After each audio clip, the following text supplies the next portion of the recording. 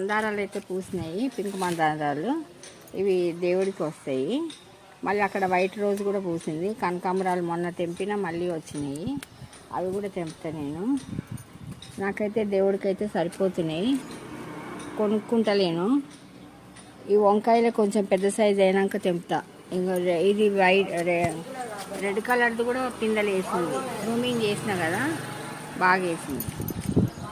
ఇట్లా కూడా వచ్చేసినాయండి కాయలు. ఇవి పూర్తిగా రోడ్డు మీద ఉన్నాయి.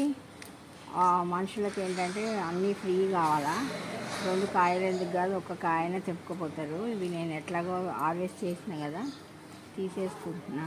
చిన్నగానే ఉన్నాయి కానీ తీసేస్తా. ఇట్లా పాకిపోతుంది, ఎక్కడ అంటే అక్కడ పాకిపోతుంది దొండకాయలు అయితే. ఇప్పుడు నేను ఏం చేయలేను దీనికి, నేను పందిరైతే వేయలేను, ఎందుకంటే మొదలు అన్నీ తెగిపోతాయి, చెట్టు అన్నది చచ్చిపోతుంది. ఇది ఇవి వైట్ రోజెస్ అయితే కొన్ని వచ్చినాయి, పింక్ మందారాలు. ఎర్ర మందారాలు కూడా మీకు ముందు వీడియోలో చూపించిన, దాన్ని ప్రూనింగ్ చేస్తున్నా కాబట్టి లేవు, ఇప్పుడు అయితేనే మొగ్గలు. ఇవి 2 టమాటాలు, 1 కాకరకాయ. ఇవి ఒక 1/2 కేజీ వచ్చి ఉండొచ్చండి దొండకాయలు అయితే బాగా వస్తున్నాయి. కనకాంబరాలు కూడా. ఇది నేను మాగా అల్లినాక మళ్ళీ మీకు ఒక వీడియో చూపిస్తా. ఒక పటానికి అయితే వస్తుంది, దేవుడి పటానికి. ఏదైనా దేవుడి పటానికి, అమ్మవారైనా ఎవరిదైనా మంచిగా వేసుకోవచ్చు, ఫ్రెష్గా ఉంటాయి. ఇంకా మళ్ళీ చూసుకోలేదు చూడండి, ఎట్లా పండు అయిపోయింది. ఇది మళ్ళీ అలా కింద పడేస్తే అయిపోతుంది. దానికి భూమిలో పెట్టినా కాబట్టి మంచిగా కాయలు కాస్తున్నాయి. తొట్లో పెట్టుకుంటే కాస్తుంది, కాకపోతే కొంచెం తక్కువ.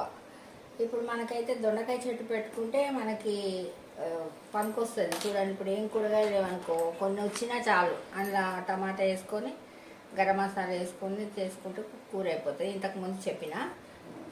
మళ్ళీ ఇంకేంటంటే మనం ఎప్పుడైనా నర్సరీ నుంచి చెట్లు తెచ్చుకుంటే వాటిని నీడలో పెట్టుకోవాలా. ఒక 4-5 రోజులు మనకి ఈ వెదర్కి దానికి సెట్ అయ్యేటట్టు పెట్టాలా.